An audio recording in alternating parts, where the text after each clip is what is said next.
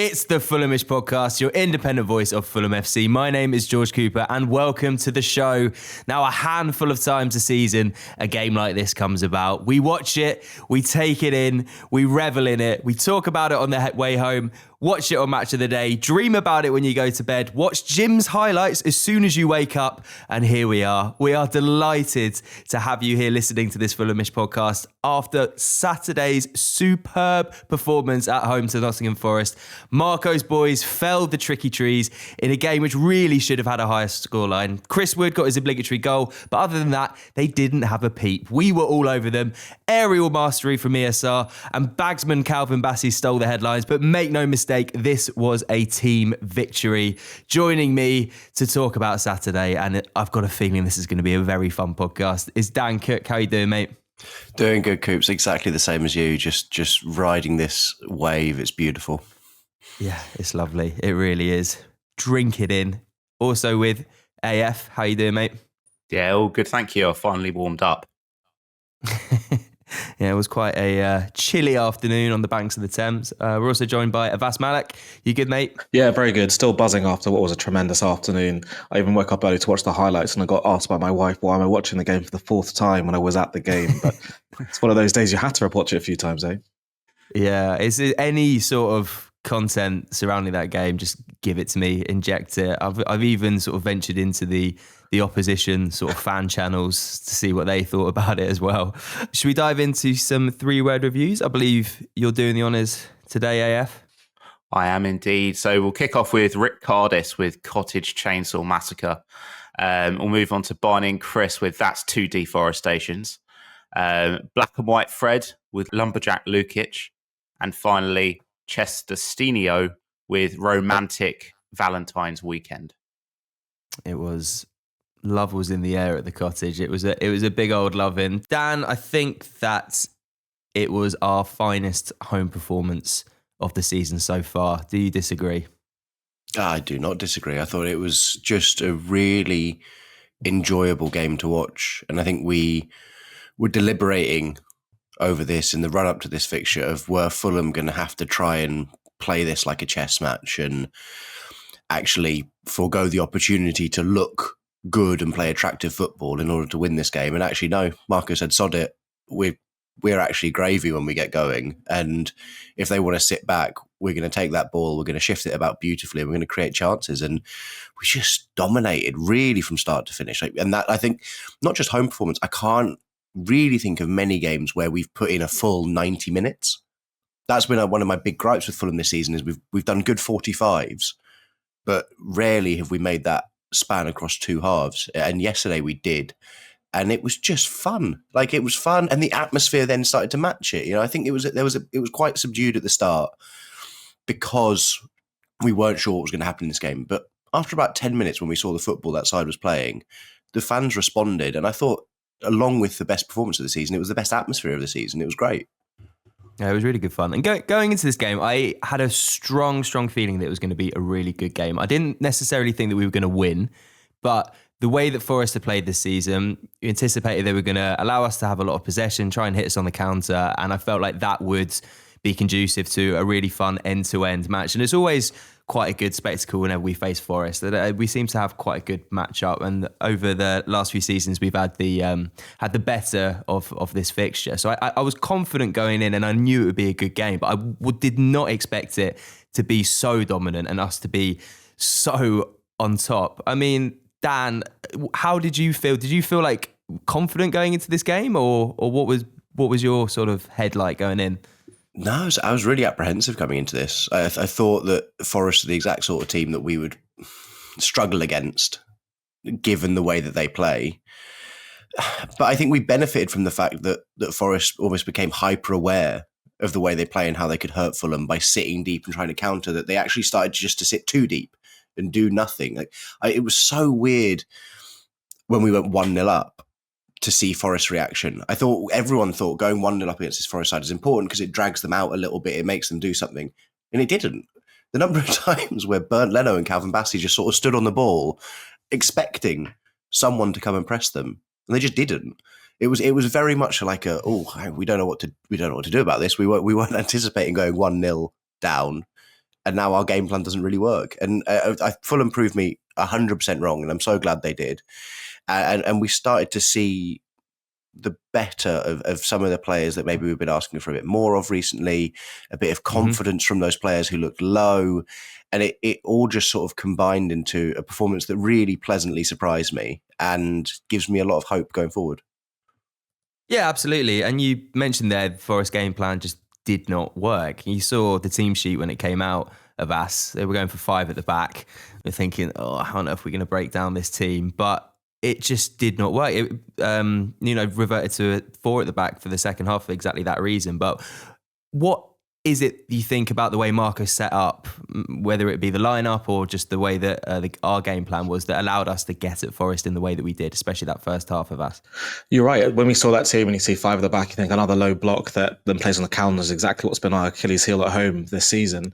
But as Dan was saying, they were particularly deep in that back 3, back 5 that allowed us to have a bit more space in front of them. I thought Jimenez coming deeper really allowed him to open up the wings for both Adama and for Iwobi. And when you play a system with 3 at the back, you only really have your wing backs out on the flanks, and it allowed us to double up on them quite easily. And our build-up play through our centre-backs, both to our left and our right, was superb. And we didn't do what we did previously, which is very predictable left-sided build-up play. We really mixed it up, and Adama had an absolute field day against Neco Williams. And I know we'll get onto it, but the way that he honestly embarrassed him in that first half, running the ball around him, was one of the most quintessential Adama things that we've been striving for. Just get to the byline by being Wreck-It Ralph and just destroying whoever is meant to be on that left flank. And it was absolutely superb. And to be honest with you, we just we had our tactics spot on, and it was a masterclass from Marco at outthinking Nuno, who I think against us seems to overthink his ploys. Because if I remember rightly, when we went to Forest earlier in the season, he also didn't play a team that we expect, in the sense that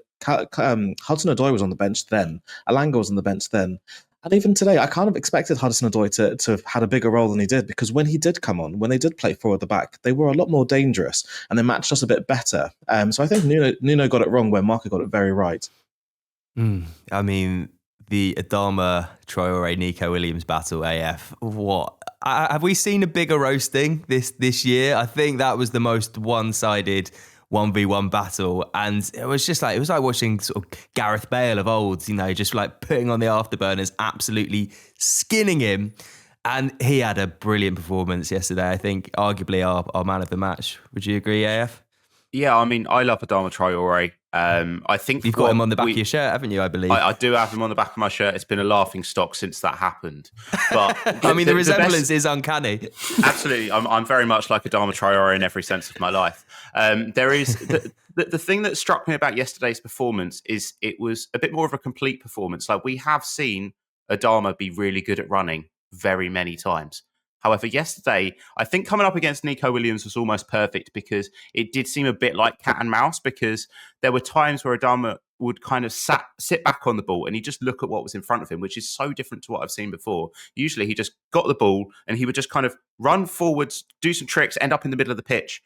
But it was really kind of measured from him until he realised, yeah, I've got this bloke on toast. I'm absolutely having some peanut butter. I'm having some Neco Williams. Off I go. And it was so good to see, because he actually realised what was in front of him he could beat. But he also then worked out that I think he's starting to get the confidence of a run of games, because sometimes when you do have him coming in and out of the side, he's often thrown in at times where it's like, just do something, Adama. And he tried to do everything. Whereas yesterday he was like, right, I can do a cross. Yeah, brilliant cross. Cool, we've got a goal. That's something I've never seen from him in like that level of delivery. But he didn't just go, right, I'm now going to cross it every single time. He completely mixed up his game plan. And I just really want to see more of that. I was worried about Adama when we actually had no other wingers to bring on, because I'm thinking this is where if he has a dip in form, we're going to struggle. But actually, he's upped his game because he realises that all that pressure is on him. / he could really make a berth for himself that he's our starting right winger. So it was great to see it come to fruition yesterday. And I don't think Neco Williams is going to sleep particularly well after that game. I think he'll be seeing highlights for a little while thinking, great, that's Adama running past me again. When Neco Williams puts his head to his pillow at night, his sleep paralysis demon is going to be Adama Traore barreling towards him. It was brilliant to see. And the ball that he put in, Dan, for Emile Smith-Rowe for the opening goal, I've watched it back so many times just on a loop. It could not be any more inch perfect. And it's an element to Adama's game which people have criticised in the past, but he put it just exactly where it needed to be. Emile Smith-Rowe could not miss that header. And it's the only the second header that he's ever scored. What did you think of Smith-Rowe's performance yesterday, Dan? I thought it was a lot more positive. And I spoke with Jack Collins after the game yesterday, and he said this on the quick take. It's great, but also a shame that it takes scoring a goal to start to bring something out in Smith-Rowe. He's quite a timid, shy, humble guy, which is lovely, but also it doesn't always lend itself to him being on a football pitch, because we need him to be arrogant and confident because he's so technically fantastic. And when he scores a goal, suddenly it sort of releases that in him. He's like, oh, no, do you know what? I am good at football. And for the next half an hour after he scored, he was dropping deep, picking up the ball. He was taking men on. He was doing those runs when he drives with the ball. Again, not especially rapid, but he has the ability to keep such tight control of it whilst also using his body to get in front of players that he's so difficult to shake off it. And it was just that goal seemed to drive that in him. And in that first 50 minutes, didn't really see him. And then from then on, he was the player that we wanted. He was the player that we signed. And that's great to see. We just need to work out how we can force that behaviour out of him when he's not scoring goals as well. Because when he's up on and when he looks like he feels like he can do anything, he's brilliant.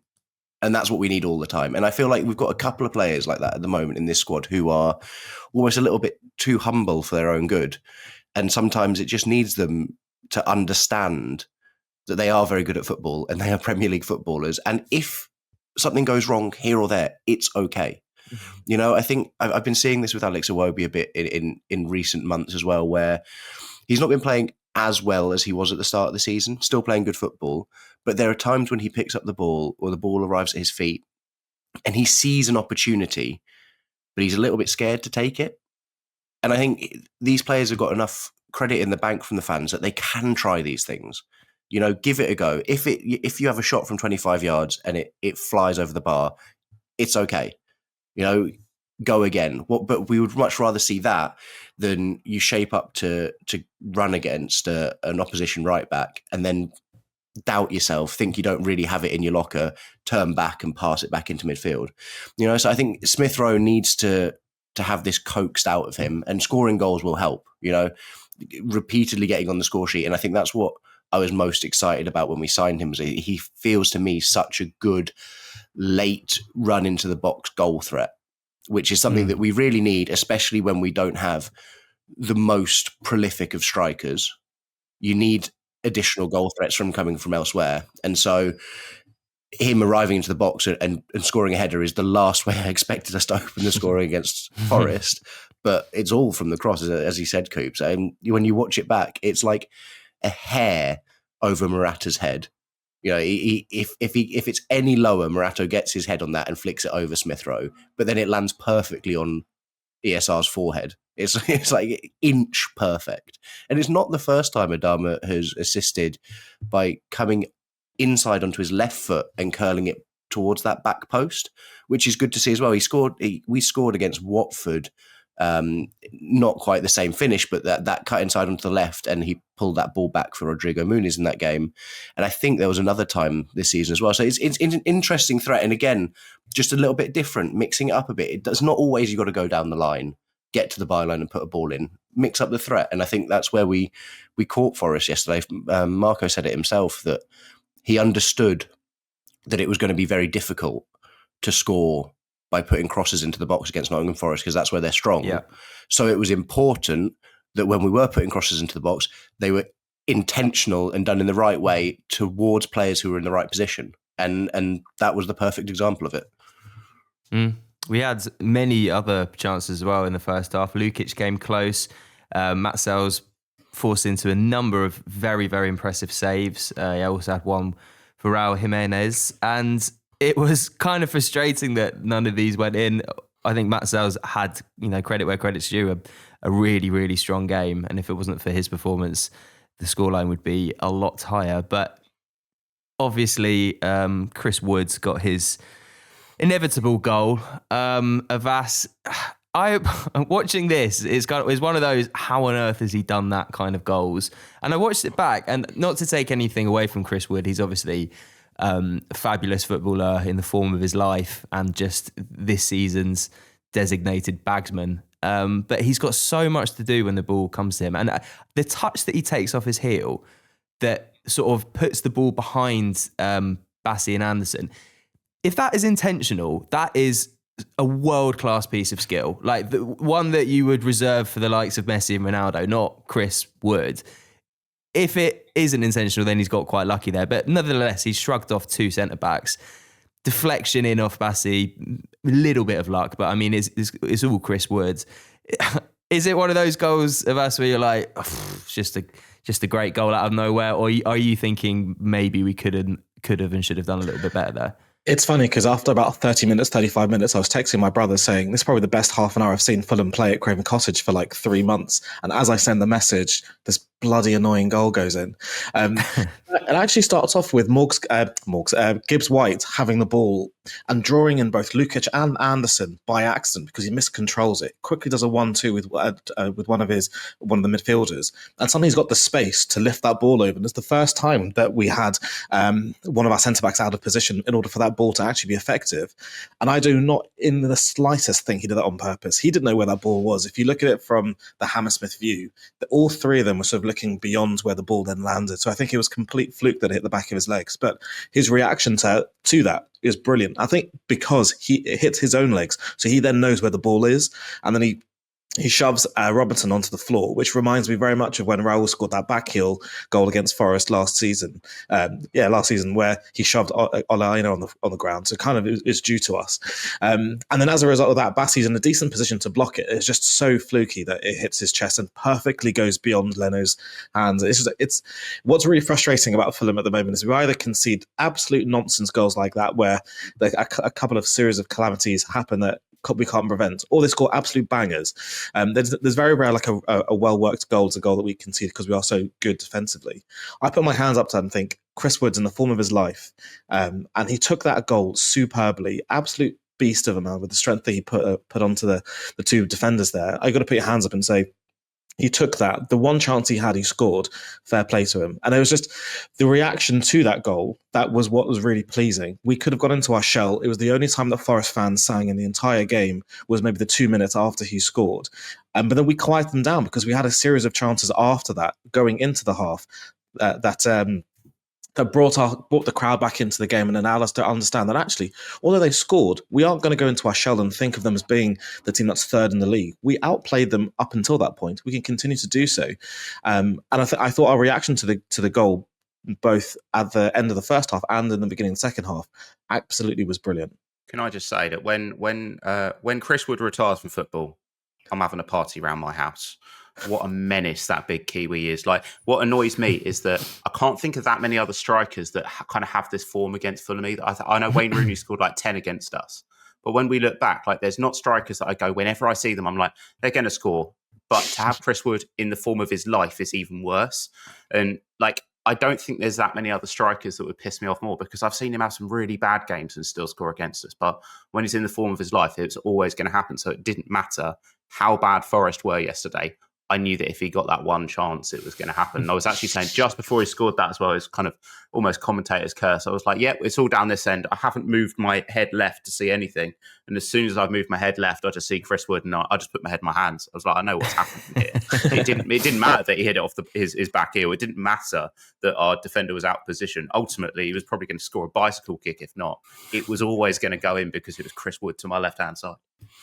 Yeah, I think the one thing that I want to add to show Fulhamish's lack of bias as a la the BBC is that if this goal had resulted from a ball coming from the right flank and Castagna and Andersen getting in a tangle and Chris Wood burying it, we would have hammered them.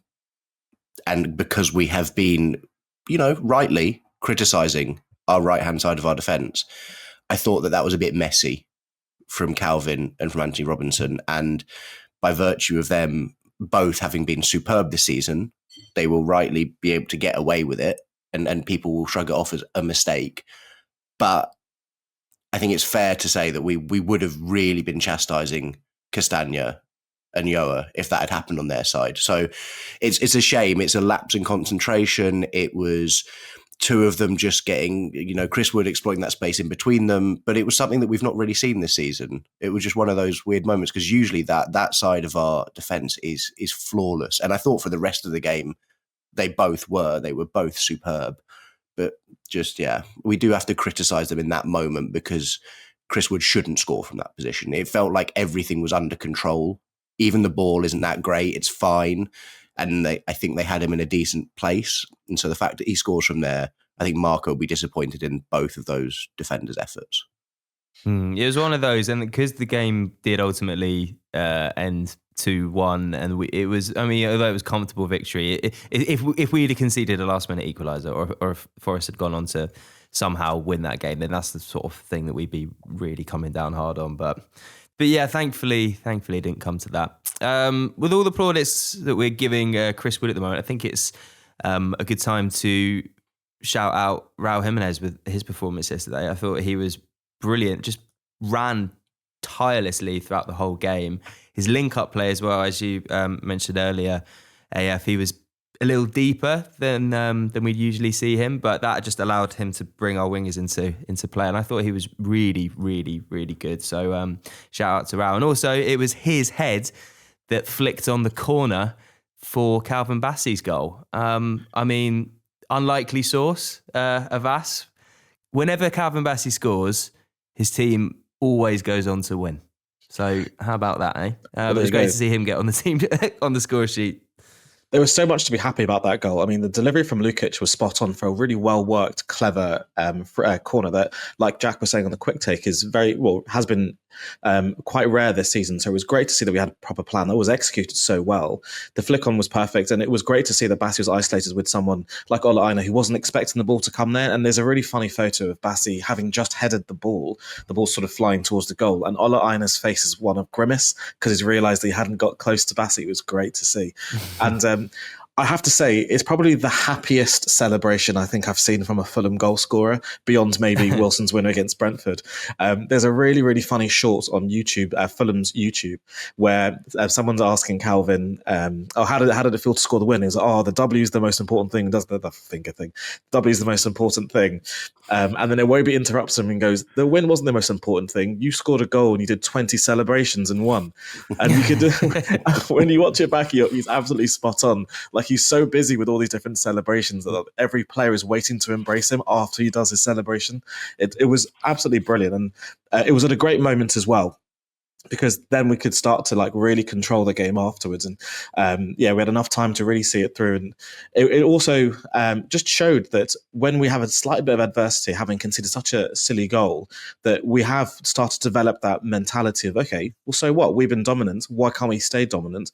And it proved to be the way. And to be honest with you, said at the beginning of the pod, George, that could have easily been 3 or 4. And I think that confidence grew because we were creating legitimate chances. And it was just great that we finally took one and then saw the game out. Is there anything nicer than a player who just looks so happy when they've scored a goal? Like, as happy as you are that they've scored, genuine, a combination of joy and surprise of oh my God, I've scored. It's so sweet. And I think Calvin Bassey is the perfect person for that, because he's the most likable guy in the world. And so watching him score and be that happy just makes you smile as well. I think part of it is he's the centre of all of that vibes. So I think all the players wanted to surround him and show him the love that he shows everyone when he scores. So even when Emile Smith-Rowe scores and they do that cooking thing they do together, they switch the roles for what they do in that celebration, because it was Calvin that scored. And it's just stuff like that just brings the love into that team. Then we notice it and we love them even more for it. And you want them to do even better. And it's just such a great time to be a Fulham fan. What a likeable squad that we have. Yeah. Is there a more joyous footballer playing at the moment than Calvin Bassey? He just exudes joy. I want to be in that dressing room, but obviously not playing. God no. But if they need like a kit man or someone to make the tea or something, I just want to be there, just sat there with a shit eating grin, just taking it all in. We could offer to produce their Snapchat stories. Footwork could put in a little bid to produce Alex Iwobi's Snapchat stories. Not to go off topic, but have you guys followed the Snapchat derby that this whole game has been built up as? So I saw that you put this in the WhatsApp group beforehand, Yeah. and I know that obviously Alex Iwobi's big on Snapchat, but would you like to explain to listeners that may not be aware of this tie being coined Snapchat derby, what that means? We all know that Alex and Calvin love to, on Snapchat, show off some of the funny antics that go on in change rooms, both in Motspur Park and after games, all the shirtless dancing that we see when we win games and stuff. And there was a video that came out of Issa Diop singing a Snapchat song of I just don't think you understand, and saying that we won Snapchat. And I was like, what on earth are you talking about? And you go back onto Twitter, and Ola Aina is like their version of that for Forest. So he does some hilarious Snapchat videos of like he caught Anthony Elanga just with a whistle in his car once, just whistling to himself. And he was like, what are you doing with a whistle? And he was just like, I found a whistle, I wanted to blow it. And so they have like similar kind of vibes. And so they were bantering amongst themselves that the winner is going to win the Snapchat derby. And so it came across that we won. This new generation, the game's gone. The game is gone. Go back to footballing matters now. It's all good fun, and I would give anything to just spend an afternoon in that dressing room, because it does look like a lot of fun. Just like all the characters, you've got Calvin Bassey, who's basically this like big lovable ball of energy, this big sort of kid, and then you got the curmudgeonly Uncle Adama, who they all love to tease, but like, you know, secretly absolutely loves it. But it's just sort of, and then you've obviously got Muniz with his dance moves and everything. Oh mate, just give it to me all day long. I might re-download Snapchat just so I can vicariously view it through Alex Iwobi's lens. AF, just going back to footballing matters. As I said at the top, it was very much a team performance. You know, I don't think it was anyone really who, bar maybe the goal, who put a foot wrong at all. I thought it was just another case in point that Lukic and Berger midfield combo is just really working. Are there any other standout performances that you'd like to give a nod to before we wrap up this half? Honestly, this seems like a strange one to go with, but I'm going to go with, after about 20 minutes, Andersen. But my reason for this is a bit of a strange one, is that actually I was waiting for it to go wrong again. And I was being that Fulham fan that everybody hates. I was looking at our right-hand side, and I was sighing when Castagna missed a couple of, passes that were just behind players. And I was thinking, maybe he'll grow into this. But actually, Andersen and Castagna kind of grew into it. And I think what we can almost say to them is fair play, because they've had a tough few weeks. Everybody has seen that, we're struggling on that side. And I thought it couldn't work. But what Castagna did yesterday really well is he worked his way inside really well. But that allowed Andersen a little bit more space. To even drift out further right himself. And I think someone said Andersen was a good shout for a right back. He was actually at points yesterday, because Castagna would kind of push onwards. He was playing right back, and it was quite enjoyable to watch. I think the best bit of the performance is that you couldn't say, okay, this person who we would expect to maybe put in a subpar performance, nobody did. You mentioned the double pivot of Lukic and Berger. It shows how important that is to our team. So when Lukic has got that knock, I really hope it's not serious, because we when we seem to get them together for a couple of games, they get better and better. They understand each other. And it is nice to actually say, okay, Berger's probably the more natural six out of them. But when they can, they read each other's games so well, and it just allows the rest of the team to push on. There's no time where I'm thinking, where's our midfield? No, there it is. It's those two. There's no questions. Yes, we've replaced Jout with two players, but when I did see Lukic get that knock, it does make me concerned, because it's like the perfect team that we never really get to play together, because injuries this season has plagued us. Lukic has got a lot of the 3-word reviews. I could go through the entire team, couldn't I? Because they were just brilliant, each one of them. Yeah. There was a really lovely moment towards the end where we saw Willian make his triumphant return to the Craven Cottage, and he came on alongside Ryan Sessegnon for a delightful little cameo, which was very much a sort of game management tactic, I would say, from Marco, but it really worked. And is there a more silky, languid, just all out baller to bring on in that situation than Willian. Just completely composed. It was really great to see. But that goal at the end, it wasn't a goal, but it could have been. It was a beautiful move. It was Andreas Pereira with a beautiful layoff to Muniz, and it could have been Samba White's, just this explosion of Rio de Janeiro on the Hammersmith end. But unfortunately, Muniz just blasted it straight at the... he had like 5 bodies to try and clear, so no shade at Muniz. However, I was watching the highlights, and there's a freeze frame. If Cess was in his own postcode, and if Muniz had just looked up and seen that, I mean, what a moment that would have been. What a moment that would have been. Ryan Sessegnon to score in front of the Hammersmith. Alas, it wasn't to be. But yeah, Dan, I thought that the substitutions that Marco made from a game management perspective were absolutely bob on yesterday. Yeah. I think everything worked. And I echo what AF's saying about Lukic and Berger. I thought they ran that midfield yesterday, and the screen that they provided to stop those Forest counterattacks was fantastic. Morgan Gibbs-White, who I think is a fantastic footballer, just got locked down completely. And there was a number of occasions where you thought, oh, is there a break on here? And suddenly just like Sasha Lukic, like simultaneously looking like the world's slowest man, but running at the quickest pace on the pitch is like such a bizarre thing. And he just like swoops across on the cover, nicks the ball away, drives us back upfield. And then it's Sanderberg's turn to be on the cover and deal with crosses. Like, yeah, the two of them were fantastic. And then I think the changes were necessary, obviously with the Lukic injury, but also I think Smith Rowe started to fade. And so Andreas Pereira was absolutely the right man to bring on in that situation. Rodrigo Muniz put in a fantastic 15-minute cameo, I thought, just again, threw himself about, held the ball up well, brought others into play. And then I thought Willian looked like he was playing 5s. Honestly, it was like a training session where they were like, you know, when you've got like one player who's better than everyone else, I'm like, right, Willian's only allowed 2 touches every time he gets the ball. And he was like, yeah, sweet. And it was like, it looks like, I was so shocked at, like, obviously we know he's good, but how easy he made it look out there. Yeah, you thought that he might be a bit... Yeah, he was taking the piss. You think he might be a bit rusty. No. Just fizzing passes, left, right and centre, killing the ball dead. Oh, there you go. I'll set you through. And I am both annoyed and I kind of love it that he's resorted to that back heel attempt at an assist, because from where I was in the Hammersmith end, and I think, Coops, you sit fairly similar range to me. Like the third of the goal where you would shoot then was entirely open. Like he could have just rolled that into the back of the net and he would have scored, and that would have been just as fun. But the fact that I think he was playing into this like mature head on this pitch, he was like, you know what, I could score, or I could back heel it to Rodrigo Muniz and he could try and score instead. It was just, yeah, I mean, we would have been fuming if we had conceded after that, but we didn't, so it's fine. We can laugh about it. And then Cess, I thought Cess came on and was effective.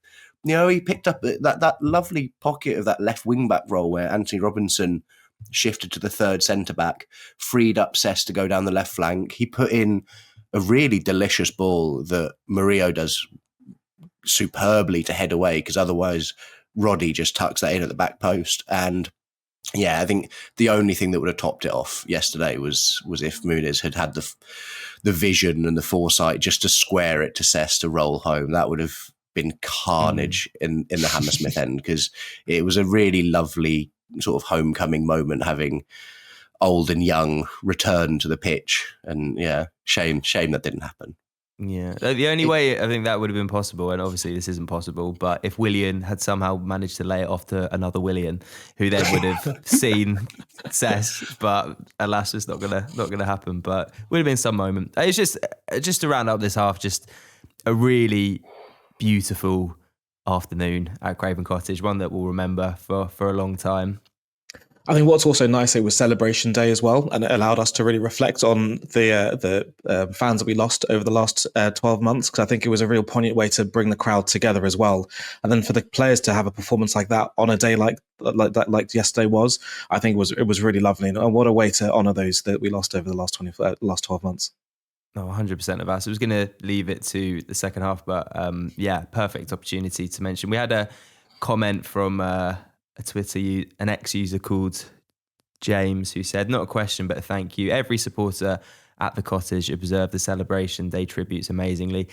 having a close relative be included in the tributes was a special moment for my family, and it just shows how strong the Fulham family is when days like these occur. So absolutely, it was wonderful to mark the memories of all the Fulham fans that we've lost with a win. And on that note as well, just want to send our deepest sympathies to the family of the brilliant Patrick Barkley, who we sadly lost this week. I think I speak on every member, on behalf of every member of the Fulhamish team and just the Fulham fan base when saying that man was once in a generation talent from a journalistic point of view and an absolute gentleman. We had the privilege of meeting him last year. He came along and did a Fulhamish live show with us, and he was just the coolest guy, like really, really lovely man, really huge talent. And yeah, he'll be sadly missed. So yeah, we'll dedicate this podcast, I think, to the memory of Paddy Barkley.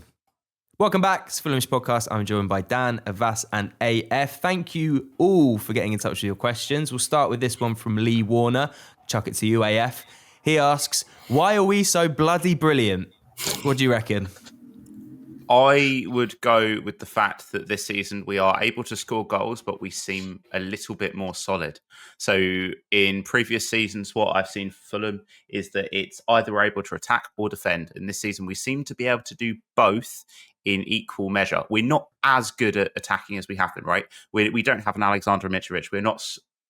We're scoring more goals than we do most seasons, but we're not all out attack. We're not all out defence. We are a very well-balanced team when we want to be. So I'd say why are we so bloody brilliant is because Marco seems to have got the balance right. He seems to have got the squad balance right, even amongst all the injuries, that it doesn't really matter who comes in. He is still going to play a certain way. He sticks to his guns, and we have a way of playing that when it does work as it did yesterday is a joy to watch. The other reason why we're so brilliant is because let's just look around. There aren't other teams around us that have the same identities. You've got some that are kind of up and coming in terms of they're changing their identities and they're starting to be very exciting at playing football. But Fulham have been building this identity for a while. So if people were to come to Fulham and say, how are they going to play? They pretty much know how we're going to play most seasons. So I think it's been building for a while, and we're starting to see the fruits of Marco and the team's labour at Motspur Park. Very succinct answer there. Nothing to add, AF. All of the above. Great stuff. We got a question here from Chris, and we were sort of talking about this. We had a little break before getting into part two, and we were having a sort of discussion amongst ourselves. So it seems appropriate that we should talk about it on the podcast, because Chris asks Avais, at this stage, is Lukic now in pole position for player of the season? Felt like Iwobi was streets ahead in this respect, but can't remember Lukic having a bad game. Now, for me, that's the key point, and we were chatting about this just now, is that, yes, you've got, I think realistically at this stage, it's between Robinson, Iwobi and Lukic. Robinson's obviously got the stats, he's got his assists, he's picking up a lot of respect from, the wider Premier League. Iwobi, obviously he's been the player who is, I say, got the most clear sort of man of the match performances in terms of his ability to, grab this team by the scruff of the neck and get on the score sheet and all of the attacking flair that he brings. Lukic, I think, is the most consistent in this category. And if you were to take an average of all of the player ratings over the course of the season, Lukic will be the highest. He doesn't get assists, he doesn't get goals that often, so he goes under the radar. But I think that the thinking man's choice for this player of the season award goes to Sasha Lukic. What do you think about? Well, like you were saying in that break, the footballer's footballer. So where Robinson had those moments, like he stood out so well against Liverpool away and really dragged us to that result, and where Iwobi has sort of brought out magic out of nowhere and scored goals and assists where we desperately needed them. They've had their moments. I think, as you say, Lukic has just under the radar, just been absolutely a stalwart of this team, and I actually would probably say is if not the first, the second player on this team sheet. And I think he's vital to how we play because he is everywhere and he is a metronome for the midfield. He ticks over, playing the ball across from the fullbacks. He connects them to the wings as well. He's up and down that pitch. He's that box-to-box player that we've actually been quite desperate for over the last season or so. And he has grown into this squad so crucially. I think we all remember his performance at Chelsea away last season, where he was probably one of the worst cameos you could ever see. And you think, where is his future at this club? And you can tell in the background he's worked so hard to find his spot and earn his spot. And not let go of it since. And now that he's got Berger by his side, they're both thriving with the skills they both bring. And as AF was saying before, their understanding between each other has allowed them both to thrive, and it's making Lukic stand out even more because we're seeing things from him that we haven't seen. Just like his Cruyff turn and his shot in that second half yesterday, we're seeing a bit more of an like attacking output from him. He's getting into those dangerous spots. Like in the first half, he had a header that he could have done a little bit better with potentially. So I think we're seeing the best of Lukic by having a great squad, like again AF was saying, around him. And if you had to put a vote to it now, I would probably vote for Lukic with a very close Robinson second, because that consistency, and a long may it continue. It's crazy when you think about it that let's say Sasha wins Player of the Season this year. Combined, last season's and this season's Player of the Season would have cost us less than £10 million. Yeah. Like, how nuts is that? And I think, do you know what? I think one testament to recruitment, but I think the big one is Marco Silva. Marco Silva is able to take players and just transform them. You know, we always liked Anthony Robinson, but we kind of tended to prefer Joe Bryan. And then Marco Silva comes into the fray and turns him into, right now, I'm sticking my neck out. He is the best left back in the Premier League. Like, Milos Kerkez is great. He's not as good as Anthony Robinson. And then you take Sasha Lukic, a guy who came in sort of as a sort of languid number 10, and there wasn't space from there. And we were trying to work out what was his best position, and Marco's just like transformed him into a completely new footballer over the space of like a year. It's insane. And the other thing I was going to say, and I don't know if this is a controversial take on what the Player of the Season vote is, but for me, I always look at the Player of the Season as a way to show gratitude and give recognition to someone who maybe hasn't had it. In the sense, like, I think last year, João Palhinha probably could have just won it again, right? And you wouldn't have argued with that. But he had his recognition, and our unsung hero in Anthony Robinson, it was our opportunity as fans to be like, we see what you're doing and we really appreciate it. And I feel similarly with Sasha Lukic, because Alex Iwobi gets loads of plaudits. The fans love him. The fans chant his name. Anthony Robinson got it last year. This feels like our moment to really give gratitude for Sasha Lukic as a player right now. Obviously, there's 3 more months to go here. Everything can change. It's just, that's the way. I don't necessarily always think was he our absolute best player. I sort of look at it as, this is the person that I want to give thanks for.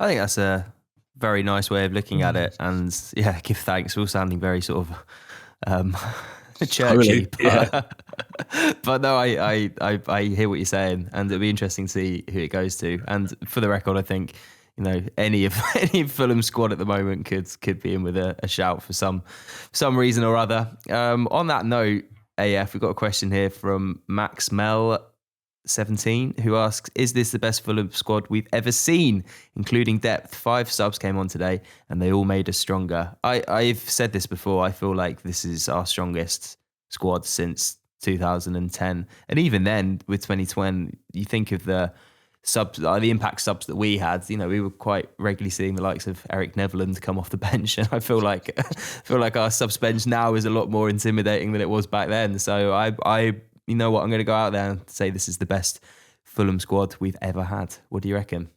I think it's worth looking at how strong our squad is in terms of what it's had to deal with. I've mentioned it on several pods before, is that we've had a really good run of not having injuries for quite a few seasons.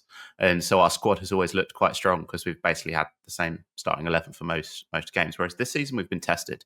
We've actually had injuries to some of the players that we've brought in. We haven't had that kind of consistency, but we've been able to have players that have come in and all been able to do a pretty good job. So in terms of its robustness, I would say that it's the best squad that we have had. I think in terms of individual talent, this is where I'm going to put myself out on a limb, and I'm going to say I could argue that Scott Parker's relegation team had higher levels of individual talent that was completely mismanaged by an idiot. So actually what we can say is squad was really good. If Marco Silva had that squad, we wouldn't be having the same conversation. I think we would be saying, wow, look, we're pushing for 5th, 6th place. But the difference is that we've had squad challenges this season we've had to deal with.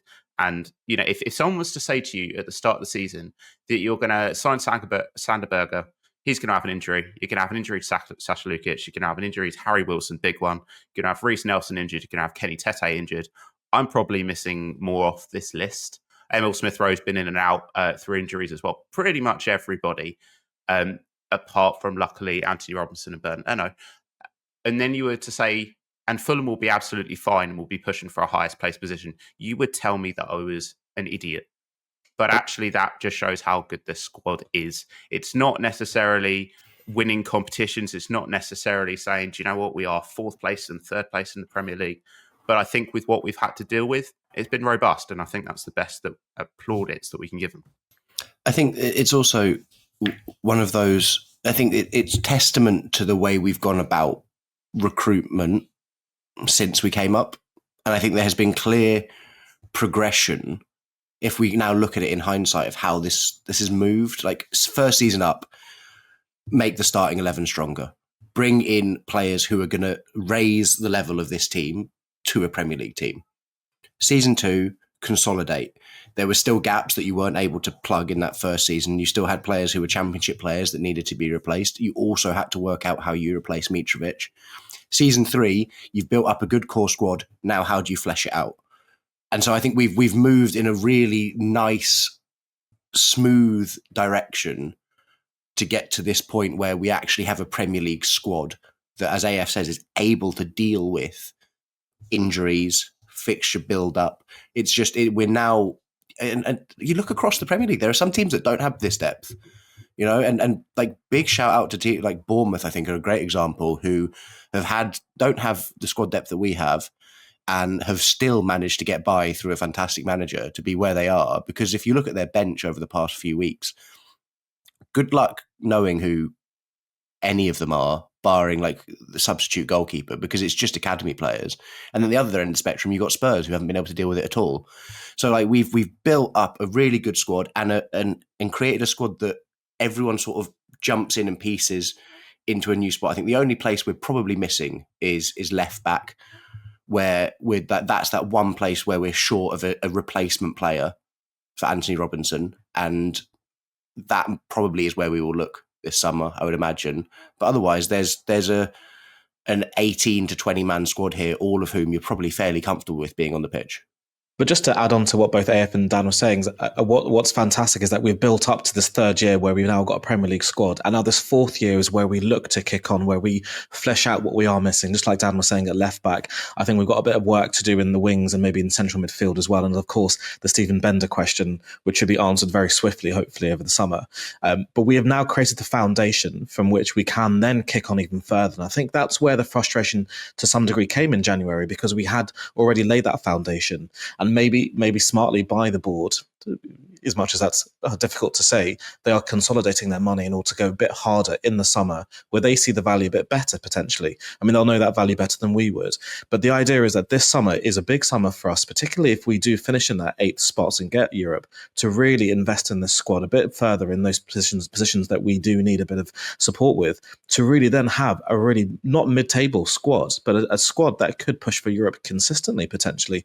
And with Marco at the helm, and him also signing players that have this great personality mesh with the players that we have, because every player that seems to come in seems to buy into the culture of the squad. They're all having jokes, they're all having laughs, they all take it seriously on the pitch, but they're all playing basketball in Motspur Park as well. And I think that mesh between talent and the chemistry of their personalities, as much as the quality that we have, I think is building something really special here. And this summer could be another one where if we replace Mitrovic finally, potentially, or get another couple of wingers, central midfield and left back, goalkeeper, maybe not all of those, but still work towards that, we can flesh out and have such a brilliant squad that could then lay the foundations for might sound like Jack Kelly here, but for the next decade's worth of high quality that could throw us up this table quite consistently. Yeah. New backup left back, new backup goalkeeper, new chief executive officer. And then I think we'll be cooking on gas. You don't care Got about a question me. here from Brian Heads. Not really a question, but he says, in the year of our Lord 2025, the fact that we're subbing in Willian and Cess late to see off a game is just chapter 100 of Vibes FC. Thoughts? Very nice. We kind of covered it, but yeah, beautiful to see. I've got to say, see. did you guys notice that there was a ball that was cleared and it was going towards the Forest dugout, and Raul off the bench volleyballed it into the crowd? It was so funny because it was timed so well and it just fits perfectly into us trying to time waste in the 90th minute. It was brilliant.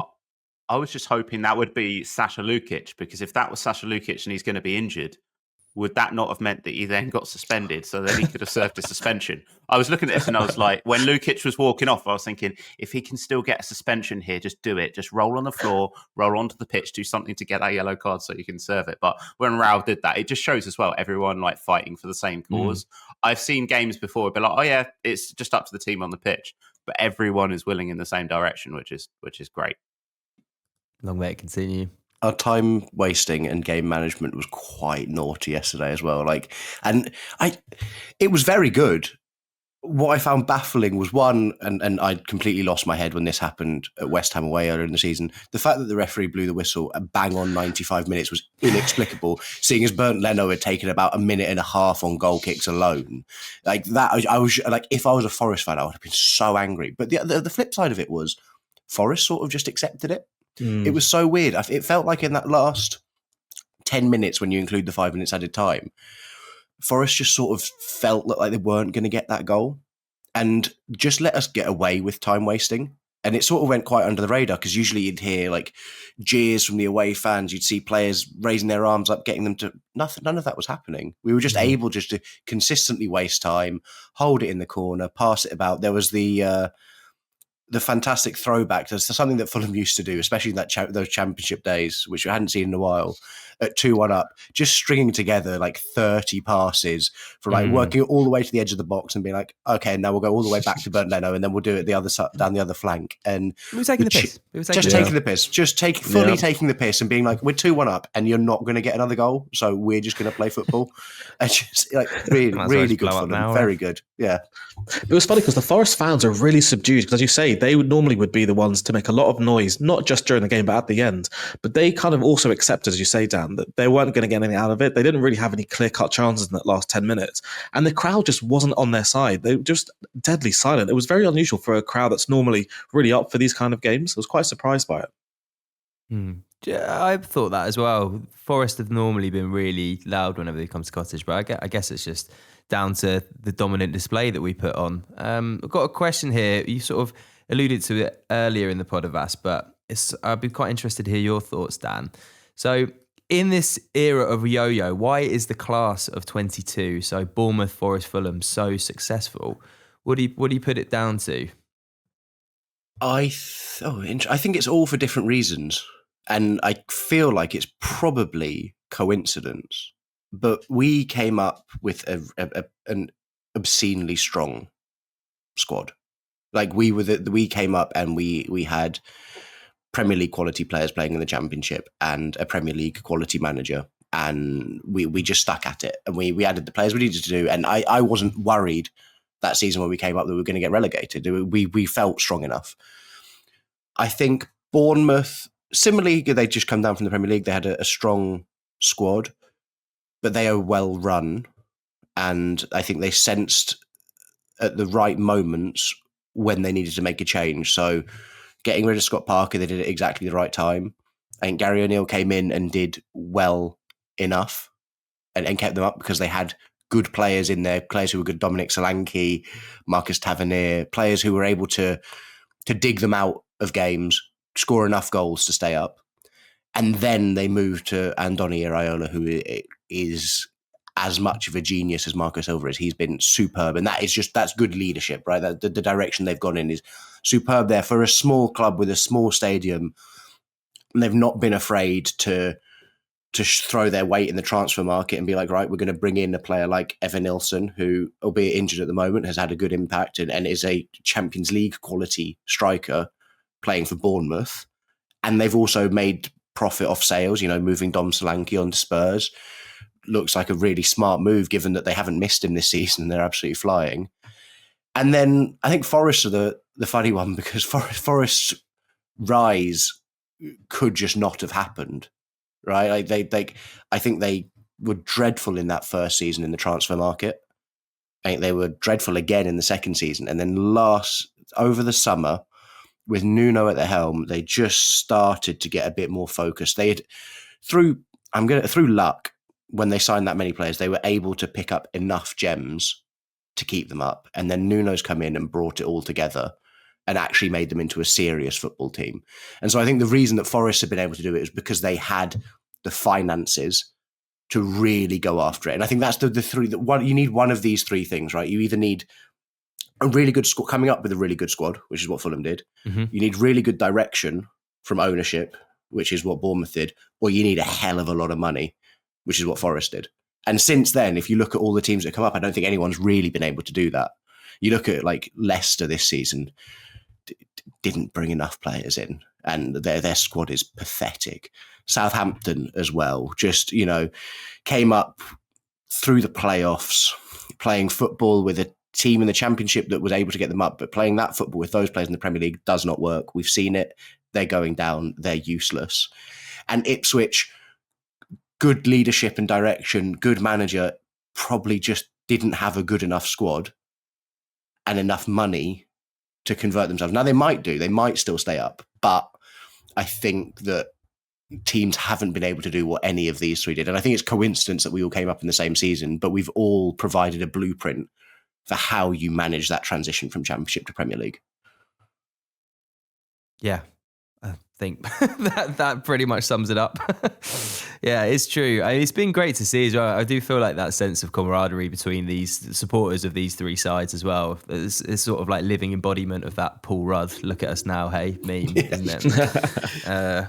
But yeah, it's I agree. It's not, sadly, it's not a feat that most clubs coming up can replicate, because you do need one of those three things, if not all of them, preferably. But yeah, you do sometimes need to like check yourself as Fulham fans. That we get wrapped up in that. We have one bad result at West Ham, and we're thinking, oh, this is all, why are we so consistent and stuff? But like to come from where the position that we were in the very recent future, to being like not even in the relegation conversation at all, as a fan base, that's like not even crossed our mind once, and you get so used to that as well. You're like, yeah, this is where we belong. But it's important to kind of check yourself, I think, from time to time.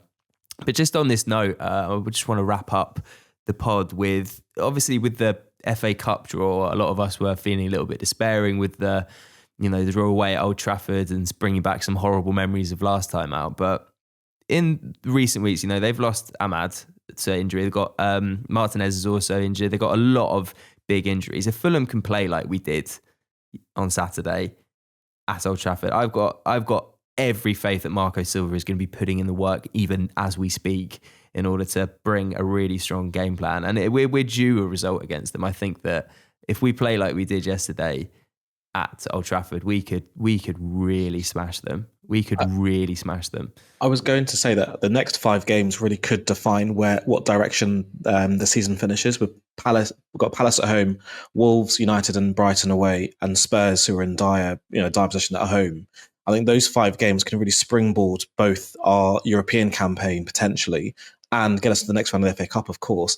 And I think we could easily win all 5 of those games, if not get 13 points out of 15, and really, forget the United game, that doesn't count the points. So out of those 12 games, so 12 points, we easily get 10 points, 12 points quite comfortably, and really springboard that. And then if we beat United in the midst of that the amount of confidence that's going to give the squad and us as fans, that could really launchpad us into the depth of March and April. And, sky's the limit at that stage. And United are in disarray, even more so than when we played them most recently, given the injuries they've had. And I just don't see how any team can stop us, maybe bar the Liverpool City type teams, given how we played yesterday. It was incredible. And going into this game, you wouldn't have thought that Nottingham Forest were the team that was in third and that we were in ninth or 10th at the time. We outplayed them. So why can't we do that to anyone that comes up against us? And Palace had a a pretty poor showing on Saturday evening against Everton, and so they can turn up at our patch, and we can do the same thing to them, and march on to Wolverhampton on Tuesday and keep going. And this is, like we've said this a couple of times, where we've had a bit of patchy form and we win a game, we'll get a good result. There's got to be a springboard, there's got to be a turning point, and I really think that these next few games has got to be that in order for us to then really see that European ambition come to fruition and that deep cup run that we all want to come into fruition. This is the time to really count on that, and let's hope that they've seen that when they put the work in, like when Adama went back and knocked that ball off Murillo and we went mental for him, they've got to see that when you put the hard yards in like that, because even ESR was doing slide tackles, you put the effort in both sides of the ball, we're going to be there with you, and that's going to take us so far in this next few games, I hope. Yeah, we're approaching the business end right now, and I hope that Saturday's performance is the moment that everything clicked, and we need to push on from here, because this is where it counts, and this is it. I think this, as you say, this next stretch is season defining, and let's press on. Let's do it. Let's give this fan base something to shout about. It's exciting. Yeah, I think it's actually, if you really, really simplify it, Fulham, the rest of the season for Fulham is, if you play every game like you did against Nottingham Forest, it will be a special season. If we play like that, destiny's in our own hands. We will get European football if we play like that in every game, and we will get to Wembley, be it semi-final or final, if we play like that in the FA Cup as well. And that's like, but it's so simple to say that. But if Fulham had played like they did against Forest all season, we'd be where Forest were instead of them. So it's not as simple as we make it, but we've got everything in the squad to do it. It's just a case of doing it. My favourite saying is nothing worth having ever came easy. And given what's happened with our games against United, that's why I was glad when we drew them, because it's actually going to spur us on even more to say, look, we've got all these good performances. We've got a few bad ones to look forward at. Let's go and make some amends. It's time to go and do that. I'm so excited about the FA Cup draw. And I know that I'll be looking at this thinking, yeah, that was when our season turned around. What's the point in being alive if you can't do United at the Theatre of Dreams? Let's have it. On that note, we'll end the podcast. AF, if you got a favourite 3-word review that you'd like to? I do. I'm going to go with Romantic Valentine's Weekend with ROWE for Emile Smith Rowe. There we go. Thank you very much, AF. It's been a pleasure as always. Cheers. Loved having this. Cheers, Dan. Thanks, Coops. And we'll see you next time with us. Thanks for having me. What a day. Yeah, what a day. Sammy and co will be back for the Thursday Club. But until then, have a wonderful week. We'll see you very soon. You ites.